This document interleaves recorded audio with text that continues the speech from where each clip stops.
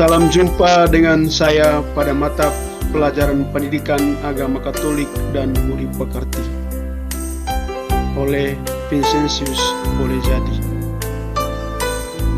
Bab 4, Yesus teladan hidupku. Materi pokok pembahasan kita saat ini adalah Yesus yang berbelas kasih. Tujuan pembelajaran.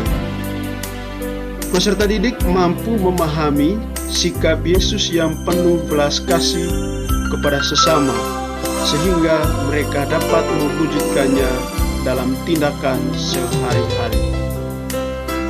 Mari kita mulai kegiatan pembelajaran dengan doa.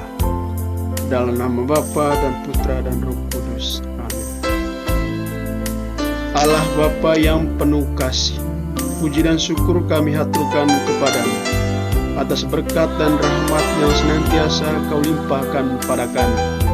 Saat ini kami ingin mengenal karya Putramu bagi orang menderita. Ajarlah kami untuk semakin mengenal Putramu yang penuh belas kasih, agar kami pun mampu untuk berbelas kasih pada sesama. Engkau kami puji ya Bapa, kini dan sepanjang masa.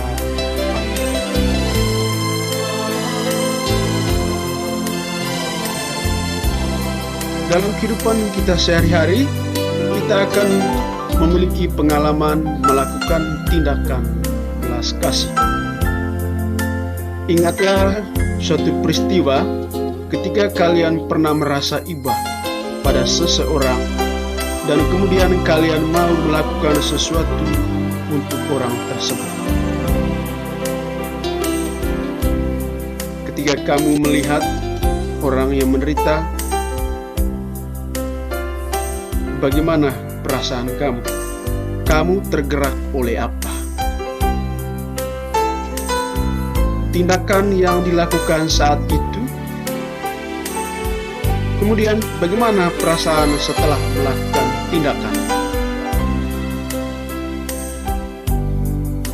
Kita tergerak oleh merasa iba pada orang yang menderita. Kemudian tindakan yang kita lakukan adalah membantu mereka, membimbing mereka, memberikan mereka sesuatu ketika mereka sedang lapar. Kemudian perasaan saya setelah membantu mereka merasa senang, gembira karena bisa membantu orang lain. Kita akan melihat inspirasi kitab suci Injil Lukas bab 7 ayat 11 sampai 17. Kemudian Yesus pergi ke suatu kota yang bernama Nain. Murid-muridnya pergi bersama-sama dengan dia, dan juga orang banyak menyertainya berbondong-bondong. Setelah ia dekat pintu gerbang, ada orang mati diusung keluar, anak laki-laki, anak tunggal ibunya yang sudah janda. Dan banyak orang dari kota itu menyertai janda itu. Dan ketika Tuhan melihat janda itu, tergeraklah hatinya oleh belas kasihan. Lalu ia berkata kepadanya, "Jangan menangis." Sambil menghampiri usungan itu, ia menyentuhnya. Dan sedang para pengusung berhenti, ia berkata, "Hai anak muda, aku berkata kepadamu, bangkitlah." Maka bangunlah orang itu dan duduk mulai berkata-kata. Dan Yesus menyerahkannya kepada ibunya. Semua orang itu ketakutan dan mereka memuliakan Allah sambil berkata, "Seorang nabi besar telah muncul di tengah-tengah kita, dan Allah telah melabat umatnya." Maka tersiarlah kabar tentang Yesus di seluruh Yudea dan di seluruh daerah sekitarnya. Untuk mendalami kitab suci ini, kita akan melihat beberapa pertanyaan berikut ini. 1. Kasih seperti apakah yang dikehendaki oleh Yesus? Berdasarkan Lukas bab 7 ayat 11 sampai 17.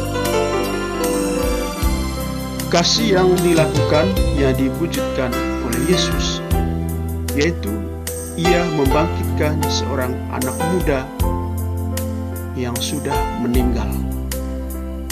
2. Agar dapat melaksanakan kasih seperti yang dikehendaki Yesus dalam Lukas bab 7 ayat 11-17. Sikap apa saja yang perlu kita miliki? Kita harus bersabar dan memohon kepada Tuhan agar Tuhan memberikan kita keajaiban, kesembuhan dalam sakit, dan juga kesehatan.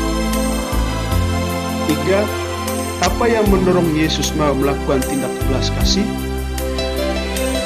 Yang mendorong Yesus melakukan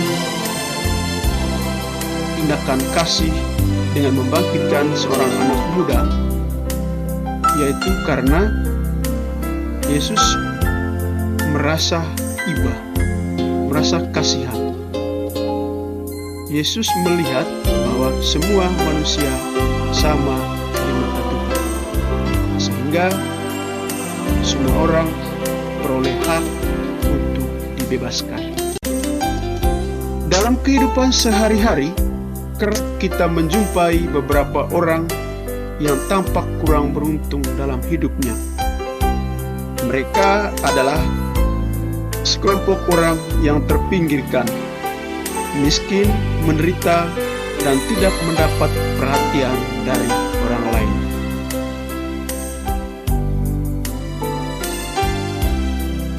Rasa peduli kepada sesama atau berbelas kasih bukan terutama terletak pada besar kecilnya bantuan. Namun, yang paling penting adalah sikap bela rasa, yaitu sikap turut merasakan penderitaan orang lain sebagai penderitaannya sendiri. Yesus menunjukkan sikap bela rasa, kepedulian, dan belas kasihnya kepada mereka dengan berbagai cara. Mau menyapa mereka yang terpinggirkan dan tidak diperhatikan. Mau hidup di tengah-tengah mereka yang miskin dan menderita. Mau melakukan mukjizat-mukjizat penyembuhan. Demikianlah kegiatan pembelajaran kita pada saat ini. Kita akan tutup dengan doa. Dalam nama Bapa dan Putra dan Roh Kudus. Allah Bapa kami yang penuh kasih, kembali kami mengaturkan puji dan syukur padamu atas penyertaan-Mu dalam belajar kami hari ini.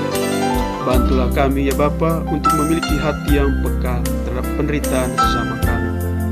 Bantulah kami untuk senantiasa peduli dan berbelas kasih pada sesama kami, terlebih yang miskin dan menderita.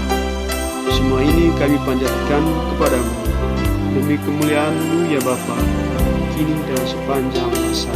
Amin. Dalam Bapa dan